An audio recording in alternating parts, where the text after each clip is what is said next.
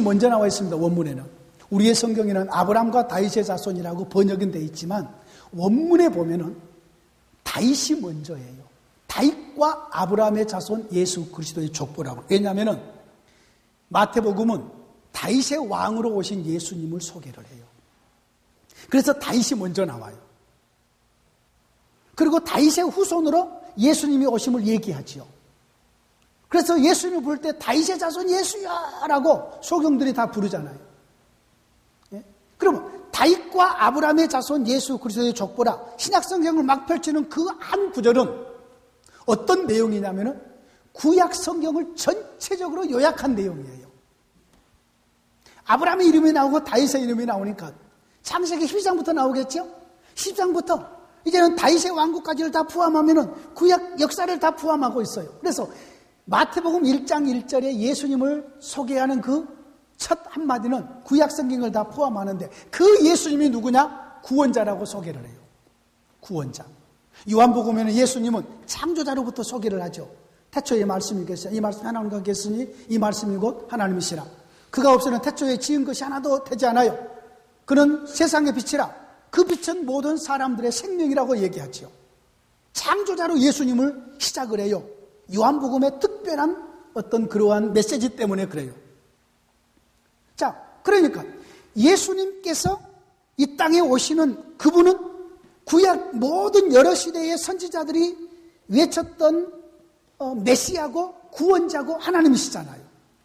자, 그러므로 성경의 가장 큰 주제는 창조와 구원이에요.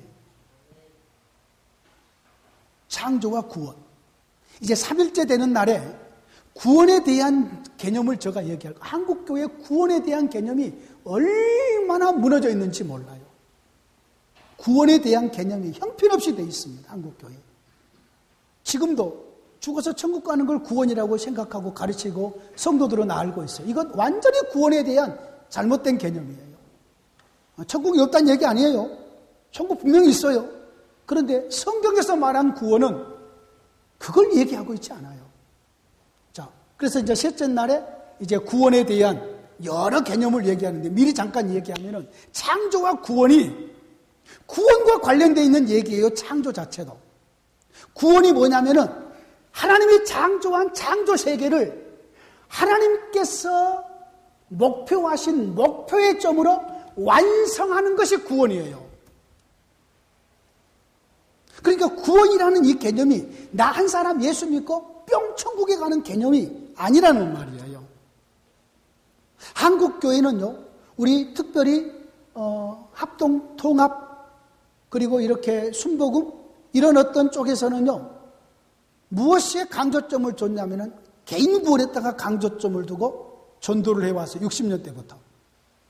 근데 기장 쪽에서는 사회 구조적인 구원 쪽에다가 강조점을 뒀어요. 그래서 그쪽에 사람들이 데모를 많이 하는 거예요. 구조를 보니까 하나님의 나라 구조가 아니라는 거예요. 그러니까 이것은 우리가 뜯어 고쳐야 된다. 그러면서 데모하고 감옥에 가는 것이 그 사람들은 영웅이에요. 우리는 국가는 그러든지 말든지 나만 예수 잘 믿고 나만 주님과의 관계에서 잘 되고 나만 죽은 다음에 천국 가서 상 받으면 끝이죠. 그렇죠? 이것이 그동안에 우리 합동, 통합 그리고 나머지 기장을 제외한 나머지 모든 부분에서 강조해 왔던 것들. 그러니까 성경의 큰 두 축이 창조와 구원이라는 거예요. 그러면 이 창조와 구원이라는 것이 서로 분리되어 있지 않아요. 하나님의 구원이 뭐냐? 하나님이 처음에 창조하신 창조 세계를 하나님이 처음에 창조할 때에 목표한 것이 있을 거 아니에요. 그 목표한 그 목표대로 완성해 놓는 것이 구원의 완성이래요. 지금은 그것을 구원해 가는 과정 속에 있겠죠. 물론 예수님의 십자가 부활 우리 개인의 구원에 우리의 구원에 대한 모든 것들은 완성했어요. 그러나 하나님께서 끝까지 처음부터 구상하고 목표하신 그것은 그 하나님의 나라죠. 그게 그 하나님의 나라는 아직 완성되지 않았잖아요. 그래서 신학적으로 이미와 아직이라는 단어를 쓰잖아요. 예? already와 yet. 예? 이미 하나님의 나라가 우리에게 왔고, 그런데 아직 아직 완성되지 않았어요. 아직 완성되지 않았단 말이죠. 그분이 재림하셔서 그의 나라를 완성하는, 우리가 지금 그 사이에 살고 있는 거지요. 그러면 그 속에 뭐가 들어있느냐? 창조가 들어있어요. 창조세계. 우리의 구원이 내 개인 그냥 뿅 올라가 버린 거 끝난 것이 아니라 우리 눈에 보이는 모든 만물 창조의 세계까지 하나님의 구원에 모두 다 새롭게 이것이 완성이 되는 거지요. 그래서 성경의 전체적인 주제가 창조와 구원이에요. 그래서 하나님의 나라 의식을 갖게 되면은요, 교회에서 자동차 하나를 구입을 해도 가스차를 구입합니다. 왜요? 우리가 사는 이 세상이 하나님의 나라의 영역이기 때문에, 하나님의 영역이기 때문에 이것으로 가지고 오염을 시켜서는 안 되잖아요. 저는 샴푸, 린스 안 씁니다. 정말입니다. 비누로 가지고 세수하고 머리 감고 샤워하고. 왜요? 샴푸가 그만큼 오염을 시키기 때문에. 그러니까 작은 분야에서부터 하나님의 나라의 의식을 가지고 저는 우리 강흥교회하고 우리 노예 안에서 노예와 강흥교회를 나는 분리시키지는 않습니다. 다른 교회까지 다 포함을 해가지고 하나님의 나라의 의식 때문에, 내 안에 있는 복음의 의식 때문에 다른 교회와 우리 교회를 잘 분리하지 않습니다. 예. 자, 그러므로 창조와 구원이 성경의 전체적인 큰 축인데 이것은 서로 분리되는 것이 아니라 하나. 이제 그러니까 구원에 대한 여러 각도로 이렇게 구원을 설명하는 것은 이제 3일째 이렇게 가도록 하겠습니다. 여러분, 창조는 하나님 홀로 행하셨습니다. 하나님 혼자서. 누가 부탁한 바도 없고 누구의 도움을 받지도 않았습니다. 오직 하나님 홀로 행하는 것이 창조입니다. 그분의 기쁘신 뜻을 따라서 홀로 행하신 것이지요. 하나님이 처음에 창조할 때는 하나님밖에 없었습니다. 하나님밖에 없었어요. 그래서 그분의 목적을 따라서 그 하나님의 나라로 창조를 이루신 거죠. 자, 그 하나님의 나라가 하나님이 만들어 놓으신 모든 자연 만물이기 때문에 우리가 하나님의 자녀들이고 하나님의 일꾼들이잖아요. 그러면 이것을 우리가 하나님의 나라의 관점으로 전부 해석해내야 됩니다. 바다가 무엇인지, 산이 무엇인지, 해가 무엇이고 달과 별이 무엇인지, 동물들이 무엇인지를 하나님의 나라의 관점으로 우리가 전부 다 바르게 해석해내야 됩니다.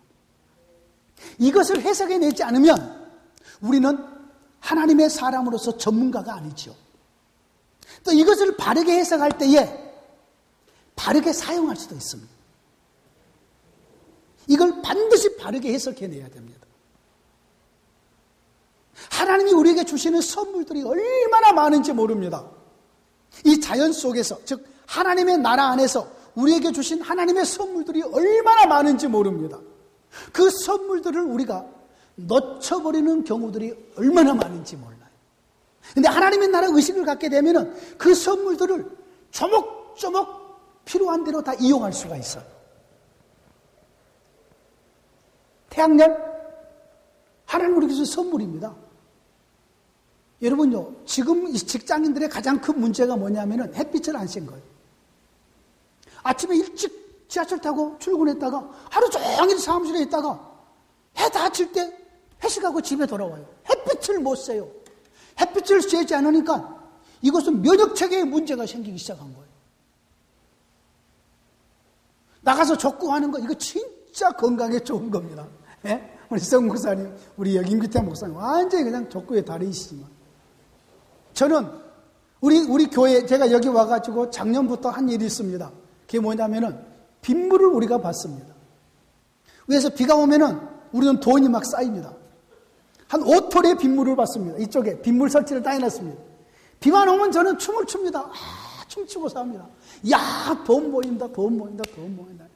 한 5톤의 빗물을 받습니다. 지금 화장실 전부 다 빗물로 하고 있습니다. 우리 교회 화장실. 이따가 보시려면 보십시오. 이따가 잠깐 쉬는 시간. 여기, 바로 여기 쪽으로 나가면은 엄청나게 빗물통을 이렇게 해가지고 비 오면 한 5톤을 거기다가 받아서 위에 옥탑에 한 3톤짜리 탱크가 있습니다. 그리고 전기 스위치 올리면 다 올라갑니다.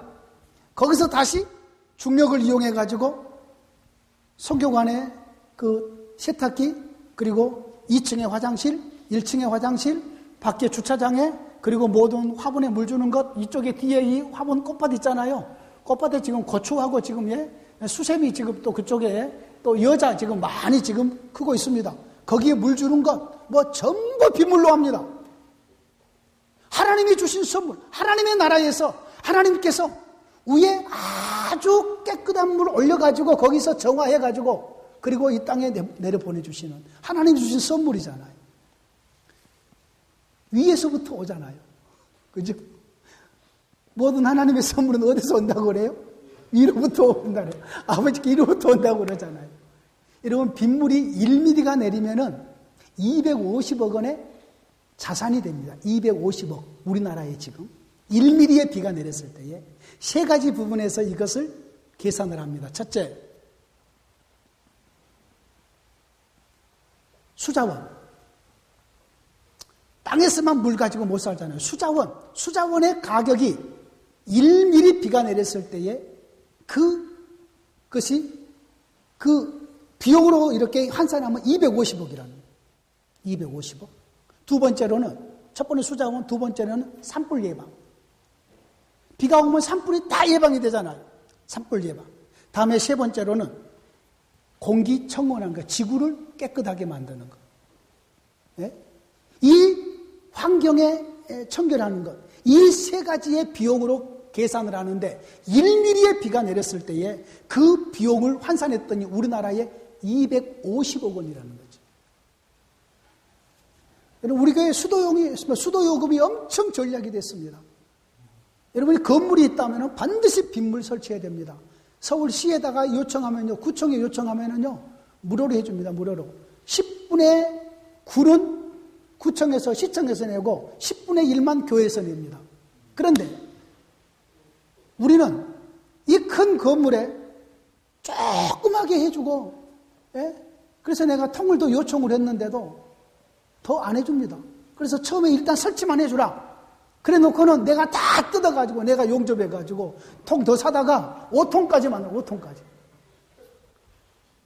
그리고 우리 교회 성도들은 비만 오면은 전부 다 목사처럼 좋아합니다. 언제 비 오나. 어떤 분들은요, 일기예보보고 나한테 전화까지 합니다. 목사님, 내일 비 온대요. 전화까지 합니다. 자, 하나님의 나라의 의식을 갖게 되면은 하나님의 나라에 하나님께서 주시는 선물들을 우리가 가볍게 여기지 않습니다.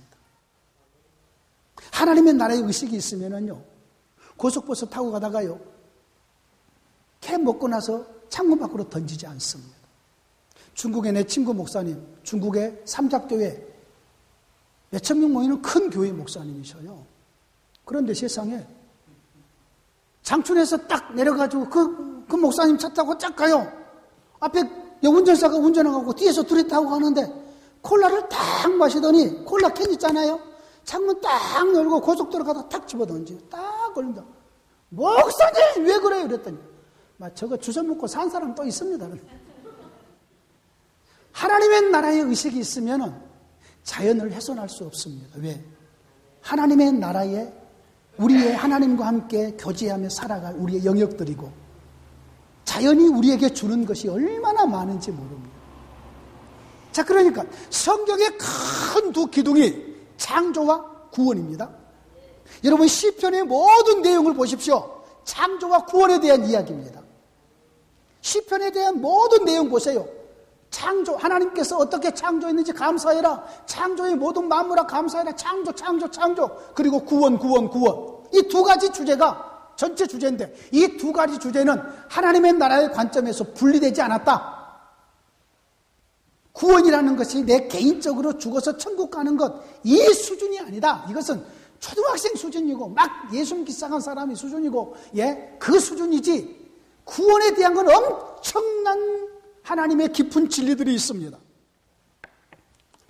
여러분, 창조도 하나님 홀로 행하셨지만 구원도 하나님 홀로 행하셨습니다. 여러분, 성경은 구원의 책이고요. 하나님은 구원의 하나님임이 분명합니다. 그런데 가장 안타까운 게 우리나라의 목회자들이 구원에 대한 설명을 가장 못하고 있습니다. 이것이 너무너무 안타까운 부분들입니다. 구원이 얼마나 부유하게 우리에게 와 있는 이 구원을 아주 조금밖에 설명을 못하니 안타까울 부분이죠. 그러니까 이런 얘기만 합니다. 이런 지긋지긋한 세상, 힘든 세상 빨리 떠나서 죽었으면 좋겠다. 왜요? 구원의 모든 개념을 어디다가 두고 있기 때문에, 저 천국에다 두고 있기 때문에. 우리의 찬송가를 보면은 여러분 구원의 복음을 좀 이 개진된 복음을 이해하고 나면은 찬송가를 펼쳐서 부를 찬송이 몇 곡이 안 됩니다. 가장 힘든 것 중에 뭐냐면은 예배에 드릴 찬송 고르는 것입니다. 여러분 기독교가 중세 철학의 영향을 엄청 받습니다. 철학이 기독교를 공격합니다. 그러니까 기독교가 철학적인 언어로 가지고 그것을 방어를 합니다. 다음에 이제 혹시 시간이 되면 삼위일체에 대해서 함께 나눌 때에 많은 대화를 나눌 수 있는 부분들인데요. 그러다 보니까 중세 때부터 기독교 안에 이중세계관이 들어와 있습니다. 이중세계관. 어떤 이중세계관이냐면은 천국과 이 세상. 이중세계관이 들어와 있습니다. 이것은 참고로만 듣고 다음에 또 한번 논의되어 있었으면 좋은 게 돼요. 이중세계관이 들어와요. 여러분 신약시대는 기독교는 이중세계관이 아닙니다. 신약세계는 하늘이 열린 시대입니다. 우리의 대표자가 하나님 보좌 우편에 가 계십니다. 맞죠? 그렇죠? 신약시대는 하늘이 열린 시대예요. 그래서 신약시대는 드디어 죽은 자의 운명에 대한 이야기를 해요. 구약에 그런 얘기 하나요? 구약에 죽은 자의 운명에 대한 얘기가 구약에 나와 있나요? 한마디도 안 나와 있습니다. 구약에는 아직 하늘이 열린 시대가 아닙니다.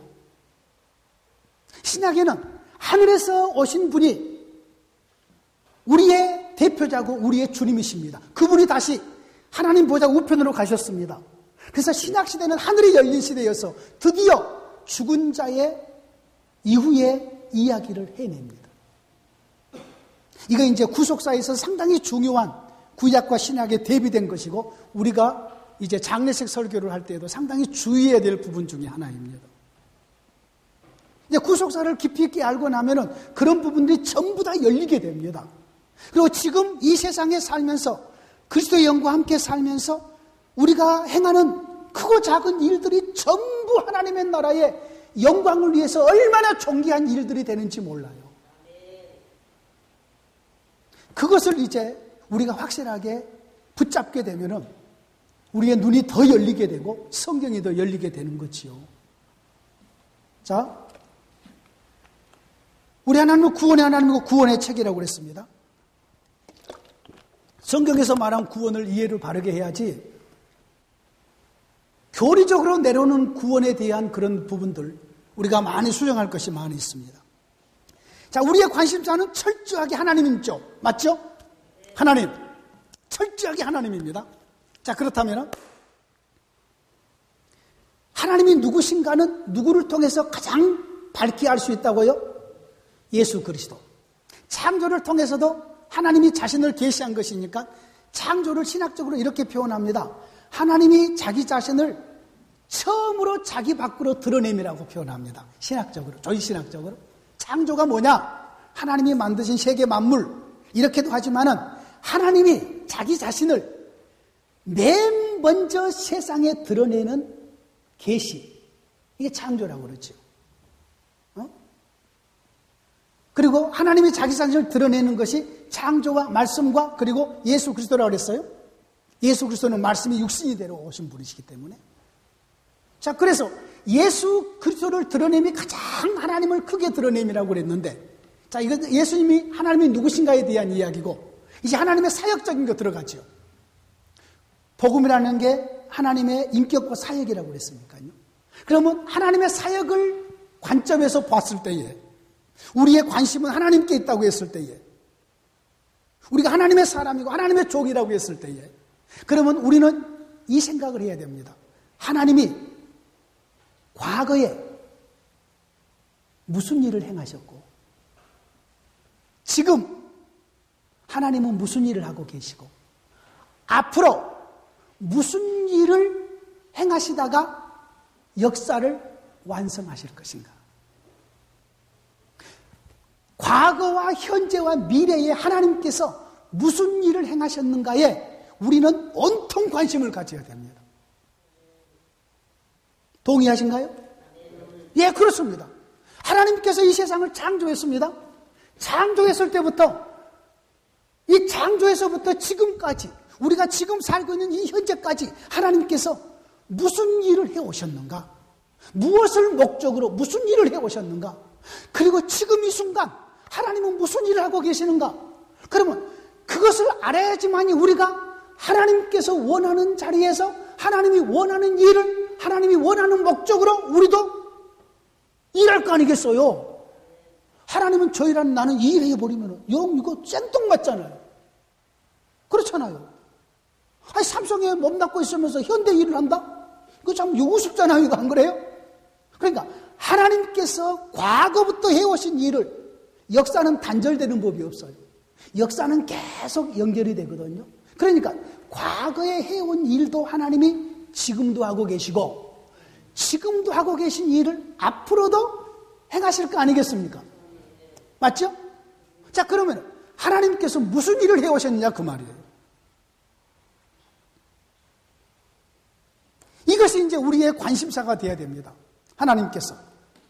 자, 하나님이 맨 처음으로 행하시는 일이 뭐였죠? 창조. 자, 지금 여러분에게 질문 나갑니다. 두 번째 질문까지는 대답을 잘 안 합니다. 첫 번째 질문. 이 세상을 누가 만들었죠? 자, 전부 얘기 안 하잖아요. 자, 딱 한두 명 얘기하잖아요. 자, 무엇으로 만들었죠? 말씀. 자, 여기까지만 이제 대답을. 마지막 세 번째. 무슨 목적으로 만들었죠? 이제 하나님의 영광이라고 얘기합니다. 그 목적이 이루어지면 하나님의 영광이 됩니다.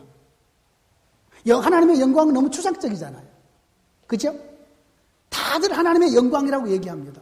제가 목사님들을 많이 모아놓고 세미나를 할 때에도 이 세 번째 질문에서 전부 막힙니다. 첫 번째 질문은 너무 쉬워서 대답 안 합니다. 하나님이 만든 거 유초동부터 대답 안 하는데. 두 번째 질문. 무엇으로 만들었습니까? 말씀. 이것도 다 아는 거죠. 근데 세 번째 질문. 무슨 목적으로 만들었느냐는 거지. 하나님과 교제하려고 만들었습니까? 여기 만들어 놨잖아요. 하나님의 나라를 목표하고 만든 거예요. 하나님의 나라. 하나님의 나라. 하나님의 나라 안에 하나님의 백성과 그 백성 하나님이 교제함이 들어있어요. 하나님의 나라가 완성이 됐을 때에 하나님의 영광이 드러나요. 맞나요?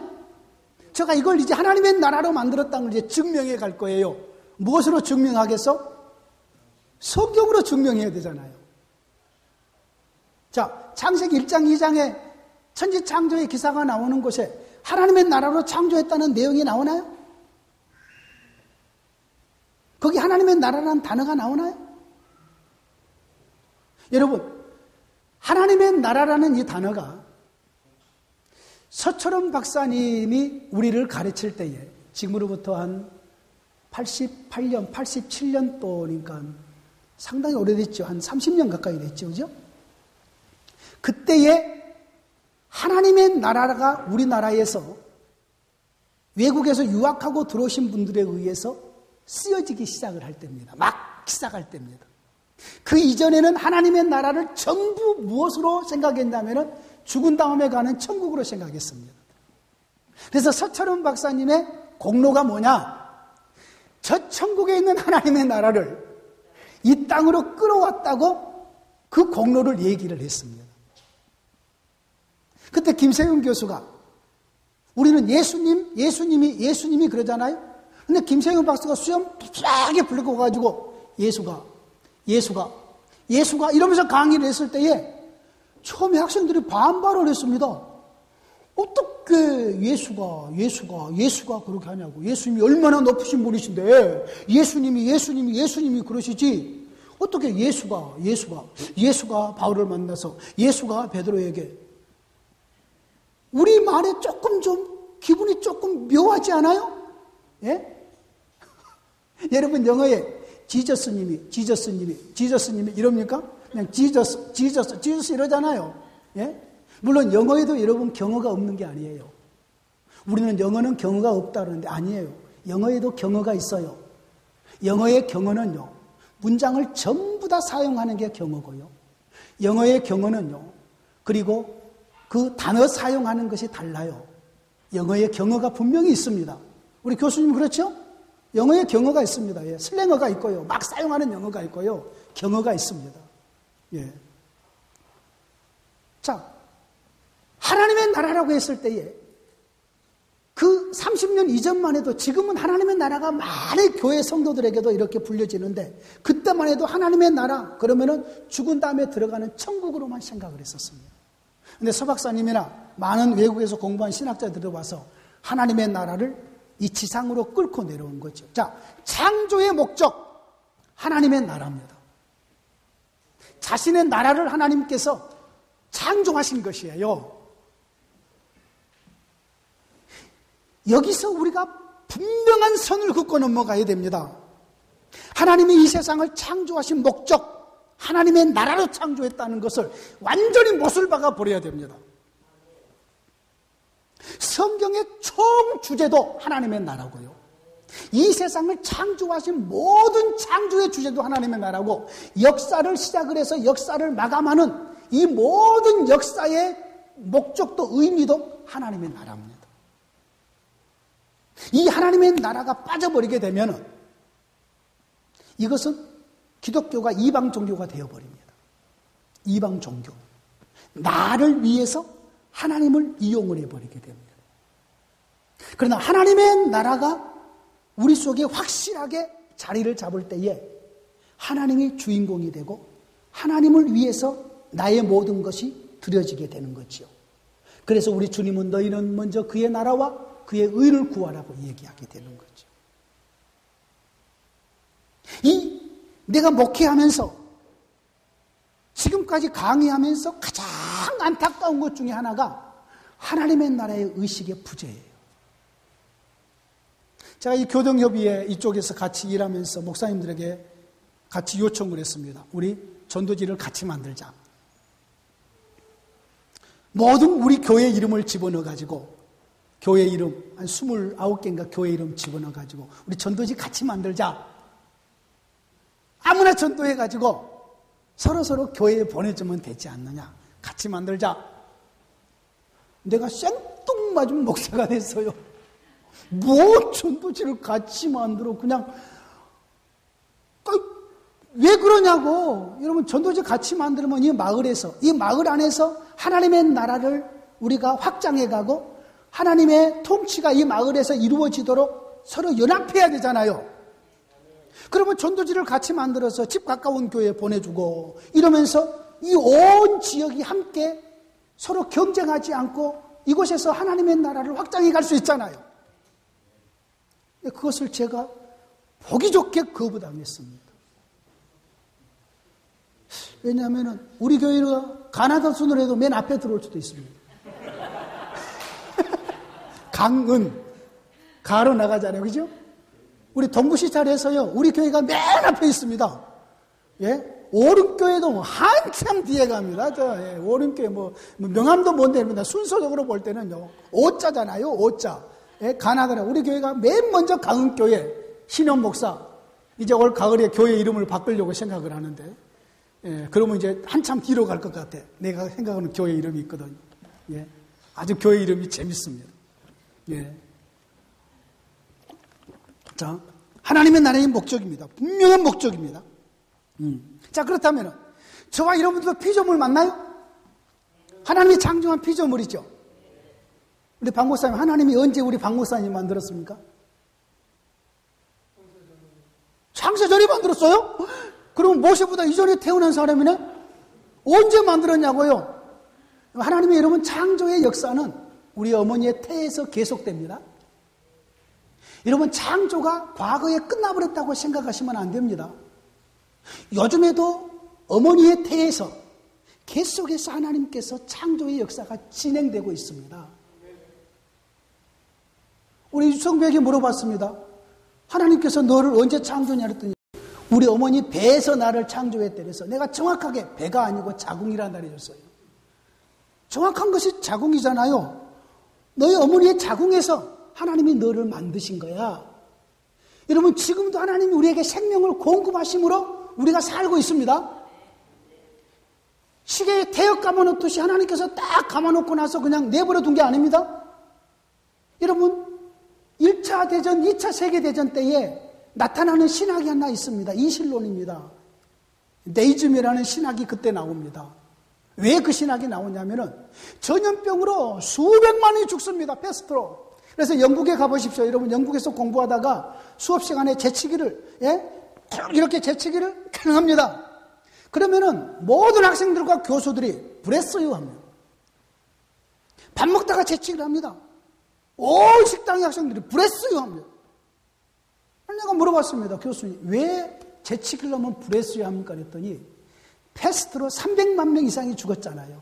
유럽 전역에서. 그죠? 그럴 때에 패스트에 걸려서 조금 나아지는 증상이 재치기였대요. 그래서 재치기를 하면은, 유럽 쪽에 가면 재치기만 하면은 옆에서 무조건 그냥 브레스유. 하나님이 너를 축복해 주기를 원한다. 가 브레스유를 그냥 브레스유라고만 합니다. 예. 그쪽에서 공부하신 분 혹시 그런 경험이 있는지 모르겠지만요. 패스트로 수백만 명이 죽고 1차 전쟁, 2차 전쟁으로 해서 많은 사람이 죽을 때에 신학의 위기가 왔습니다.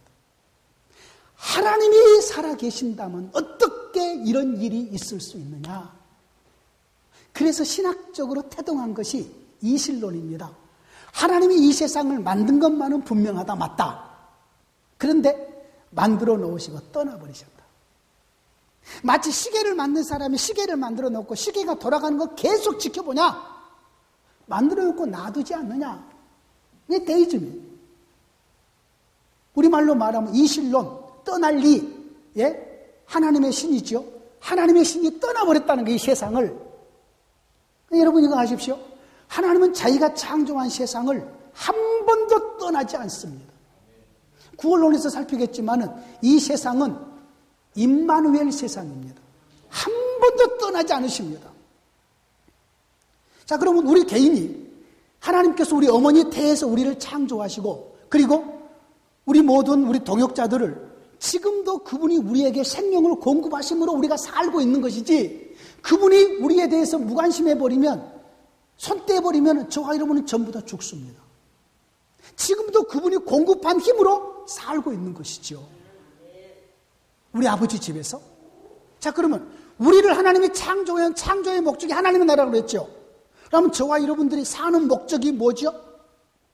하나님의 나라의 목적으로 우리가 살아야 돼요. 내가 존재하는 목적 자체가 하나님의 나라예요. 내가 지금 무엇을 배우는 것조차도 하나님의 나라에 봉사하기 위해서죠. 우리가 하나님의 나라의 일꾼들이잖아요. 하나님의 나라의 사역자들이잖아요. 하나님의 나라. 우리는 자나깨나 하나님의 나라 해야 됩니다. 창조의 목적이고 이게 하나님의 나라가 모든 목적이기 때문에 그렇습니다. 이것을 놓쳐버리면 안 됩니다. 이것을 잊어버리는 순간 우리는 그때부터 타락이 시작이 됩니다. 저희 아버지가 내 어렸을 때에 우리 고향에 간척사업을 해요. 간척사업. 바다를 뒷바다는 그대로 두고 앞바다를 크게 막아가지고 이쪽을 논으라는데 저희 아버지가 그것이 가서 감독을 했어요. 감독을 하는데 꼭 저녁이면 저희 아버지가 집에 오면서 이만한 널판지나 강목을 하나씩 끌고 들어오셔요. 그리고 우리 자식들 다 모아놓고 또 교육을 합니다. 밖에 갔다 들어오면서 어떤 사람이 꼭 돌 하나씩을 가지고 왔단다. 어느 날은 돌을 가지고 와서 보니까 반짝반짝 빛이 났는데 그 돌이 황금이어가지고 그 집이 부자가 됐단다. 너희들도 밖에 갔다 들어오면서 꼭 뭐 하나씩 들고 들어와라. 자식들 교육을 그렇게 시켰어요. 그래서 저도 어디 밖에 나갔다 뭐 들고 들어옵니다. 저 여행 갔다 올 때 그냥 오지 않고요. 돌멩이 하나 가지고, 그때의 교육인 것 같아요. 그래도 우리 아들 꼭 머리 하나 가지고 들고 들어오시고, 어떤 게 쇳덩이 끌고 들어오시고, 어떤 게는 나무 끌고 들어오시고, 갖다 놔요. 자, 그때는 우리 아버지가 가져오니까 좋다 생각했는데, 지금 생각하니까 우리 아버지 도둑이었습니다. 자, 간척 사업을, 그것을 댐을 물을 막기 위해서, 쇳덩어리도, 나무도, 전부 다 거기에 사용하기 위해서 그것을 자재를 사온 거 아니겠어요? 자재를 빼온 거예요, 자재를. 우리가 하나님의 나라의 도적자가 될 수 있다고요. 하나님의 나라 의식이 없으면 나를 위해서 살 수밖에 없는 것이에요. 여러분, 재밌는 이야기, 여러분 설교의 애화에 잘 알고 있죠? 러시아에서 한 광산에서 문지기가 문을 지킵니다. 문을 지키면서 아무것도 못 가져가게 광산 직원들을 지키고 있어요. 근데 한 사람이 조그마한 수레에다가 쓰레기를 가득 싣고 나옵니다. 쓰레기니까 무사통과.